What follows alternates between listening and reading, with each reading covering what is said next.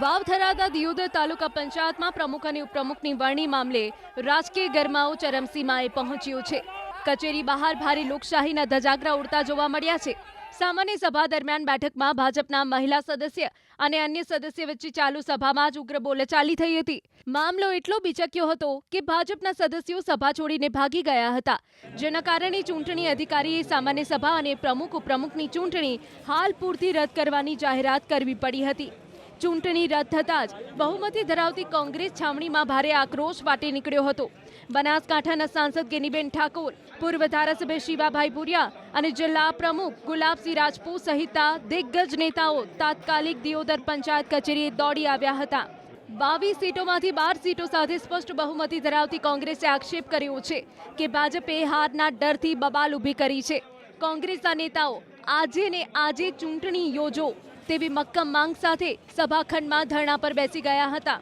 પરિસ્થિતિ એટલી તંગ બની હતી કે રોષે ભરાયેલા સમર્થકોએ સરકારી વાહનોના ટાયરોની હવા પણ કાઢી નાખી હતી અને ચૂંટણી અધિકારી ડી.એન. કાચડને કોંગ્રેસ આગેવાનોએ ઘેરી લેતા પોલીસે ભારે જહેમત બાદ તેમને બહાર કાઢ્યા હતા. કચેરી બહાર મામલો વધુ ન બગડે તે માટે તાત્કાલિક 4 પોલીસ સ્ટેશનના કાફલાને ઘટના સ્થળે ખડકી દેવામાં આવ્યો હતો. જો કે ભારે તંગદિલી વચ્ચે વહીવટી તંત્ર હવે આગામી 27મી મેના રોજ ચૂંટણી યોજાવાની નવી તારીખ જાહેર કરી દીધી છે. ચૂંટણી મુલતવી રખાવવા માટે અંદરો અંદર એકાબીજા એ ભારતીય જનતા પાર્ટીના સભ્યો ઉશ્કેરણા છે. કોંગ્રેસના 12 સભ્યોને નાને કોઈ વસ્તુને લેવા દેવા નથી, છતાં પણ એમને જે પ્રજાએ બહુમતી જેણે આપી અને જેને લોકોએ ચુકાદો આપ્યો એ એમને પચતો નથી. ક્યાંક ને ક્યાંક ભારતીય જનતા પાર્ટી લોકશાહીને માનતી નથી. એમના જે પદાધિકારીઓ હોય એ પણ લોકશાહીને માનતા નથી અને કોઈ પણ ભોગે આ તાલુકા પંચાયતની ચૂંટણીમાં કોંગ્રેસનો પ્રમુખ ને ઉપપ્રમુખ ન બે એના માટે કરીને એમણે આ કાવતરું કર્યું છે.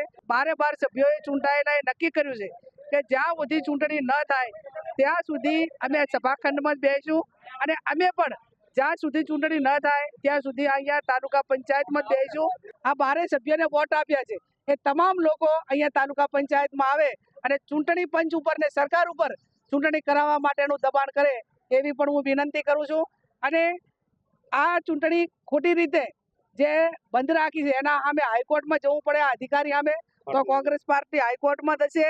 અમારા સભ્ય બધા કોંગ્રેસના તમામ સભ્ય 11 વાગે એક્ઝેક્ટ બધાએ રૂમની અંદર દાખલ થઈ ગયા હતા. એના પછી અડધા કલાક કે 10 મિનિટમાં ભાજપના પણ બધા જ સભ્ય હાજર થઈ ગયા હતા. ચૂંટણી અધિકારી ઈરાદાપૂર્વક કોકના દબાણમાં આવી અને 1 કલાક લેટ આવ્યા. 1 કલાક લેટ આવ્યા પછી રૂમની અંદર દાખલ થયા પછી એમના માટે વારંવાર કોકના ફોન આવતા હતા. જે ફોન આવતા હતા એ ફોન લઈને ખોડામાં જઈને ચૂંટણી અધિકારી વાતો કરતા હતા.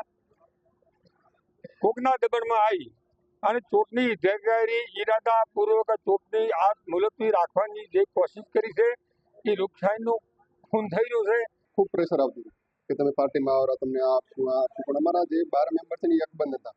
ક્યારે કોઈને રિપ્લાય પણ નથી આપ્યો, એમને સામું જોયું પણ નથી કે ભાઈ અમારે પક્ષમાંથી આવું કરવું. પણ 12 અકબંધ મેમ્બર હતા ને એટલે એમનાથી થયું નહીં. એટલે 27 તારીખ સુધી એમને કે ચૂંટણી થોડીક ફેલાઈને અમે કંઈ કરી, પણ અમારી પાર્ટીમાંથી ક્યારેય કશું થવાનું નથી. અમે 27 તારીખ સુધી તાલુકા પંચાયત છોડવાના નથી. પ્રાંત ઓફિસરશ્રીએ જે રીતે કાયદો અને વ્યવસ્થા ને સંછેડવાનું કામ કર્યું છે, એમને આજે લોકશાહીની સરેઆમ હત્યા કરી છે, ચૂંટણી રદ કરી છે. અમે નામદાર હાઈકોર્ટમાં પણ જવાના છીએ, અમે પ્રોસિડિંગ પણ લઈ લીધું છે. હાઈકોર્ટમાં અમે ચૂંટણી અધિકારીને અમે હાઈકોર્ટમાં પીઆઈએલ દાખલ કરવાના છે અમારા સભ્ય દ્વારા, અને અમે એમને છોડવાના નથી.